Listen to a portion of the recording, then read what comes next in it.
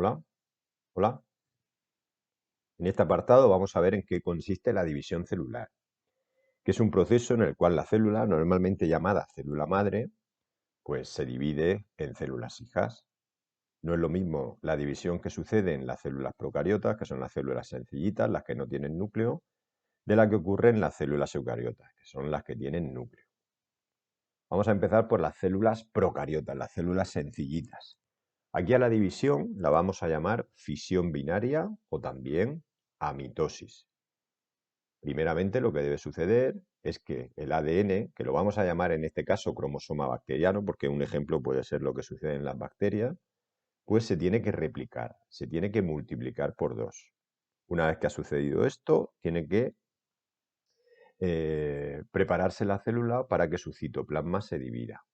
A esto se le va a llamar citocinesis, que es la división del citoplasma.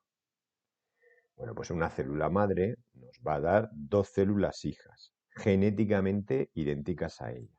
Y como además solo se ha partido de una única célula, pues este es un tipo de reproducción asexual. Al final del apartado vamos a ver la diferencia entre esa reproducción asexual y la sexual. Bueno, pues una vez que hemos visto la fisión binaria o amitosis, que sería el caso de las células procariotas, las bacterias, por ejemplo, pues vamos a ver las células eucariotas. En este caso, lo vamos a dividir en dos modalidades diferentes de división, la mitosis y la meiosis. La mitosis, pues bueno, es un proceso en el cual se va a dividir una célula madre en dos células hijas. En este caso, las dos células hijas van a tener el mismo número de cromosomas y también la misma información genética que tiene la madre. Vamos a resaltarlo aquí. Por lo tanto, este proceso sigue siendo un tipo de reproducción asexual. ¿Quién se divide normalmente por mitosis? Bueno, pues por mitosis se dividen los organismos unicelulares, pero en este caso que sean eucariotas, no procariotas como los hemos visto antes. Y además, cualquier tipo de célula de los organismos eucariotas pluricelulares, como en este caso las nuestras de nuestro cuerpo, excepto las células sexuales, el espermatozoide y el óvulo. O sea que cualquier tipo de célula de nuestro cuerpo, por ejemplo, cuando nos estamos reparando por un daño en nuestros tejidos o simplemente porque estamos creciendo, se van a dividir por mitosis. La otra modalidad es la meiosis. En este caso, también tenemos que obtener cromosomas de los cromosomas de la célula madre, pero en esta ocasión los vamos a obtener por dos divisiones citoplasmáticas consecutivas. Al final, el resultado de la meiosis es que una célula madre pues, va a dar 4 células, pero en este caso haploides, que tienen la mitad de cromosomas que la célula madre. En el otro caso, la mitosis, teníamos el mismo número de cromosomas. Aquí en la meiosis solo tenemos la mitad. Bueno, pues en este caso es un mecanismo que está vinculado, que está muy relacionado con la reproducción sexual. Como veis, realmente es un mecanismo que se utiliza para obtener las células sexuales, que serían, pues en nuestro caso, los espermatozoides y los óvulos. Posteriormente, pues cuando se han formado las células sexuales deben de unirse. En este tipo de reproducción, pues cuando se unen se forman el cigoto.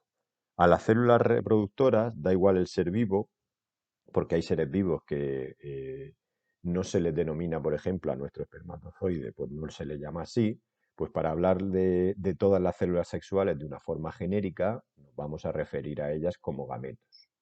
Como mucho podremos diferenciar entre gameto masculino y gameto femenino, pero tanto al óvulo como al espermatozoide lo vamos a llamar gametos de forma general. Vamos a ver el cuadrito en el cual nos diferencia la reproducción asexual de la sexual.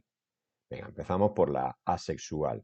Aquí solo interviene un único progenitor, esa célula madre. Solo había una célula madre. Sin embargo, en la reproducción sexual, pues deben de intervenir dos. En la reproducción asexual no se requiere la formación de células reproductoras especializadas, o sea que no va a haber gametos, no va a haber nada parecido a un espermatozoide ni a un óvulo. Además, se origina de descendientes que son genéticamente iguales a sus progenitores. Bueno, esto es una forma de garantizar la supervivencia de las especies en poblaciones adaptadas a su ambiente y en ambientes estables. Un poquito en la reproducción, las ventajas que tiene la sexual. Bueno, pues en la sexual la ventaja que tiene es que se va a producir variabilidad genética en la descendencia. Esto se debe a que hay un aporte genético de ambos progenitores.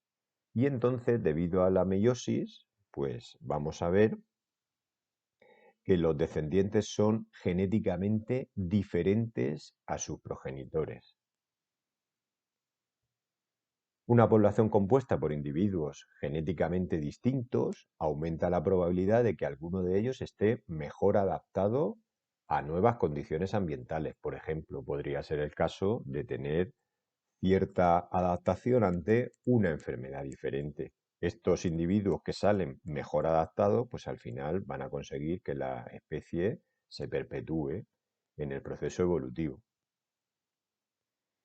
Inconvenientes de ambas. Bueno, pues en la reproducción asexual hemos visto que como no tiene variabilidad genética, pues se tienen que producir mutaciones para que una misma especie pues tenga cambios genéticos dentro de ellos. Por ejemplo, pues hayan mutaciones en una bacteria para que se pueda adaptar frente a un antibiótico. Las poblaciones genéticamente uniformes reducen la posibilidad de supervivencia entre cambios ambientales porque van a ser todos muy parecidos. Vamos a ver los inconvenientes de la reproducción sexual. Bueno, pues antes hemos visto que solo se requiere un progenitor, una célula madre en la reproducción asexual. Aquí el hecho de que hayan que intervenir dos progenitores pues es una desventaja. El proceso de formación de células reproductoras especializadas pues es un gasto energético, o sea que el tener que tirar de gametos masculinos y femeninos pues supone un gasto para el tipo de seres vivos que tienen reproducción sexual.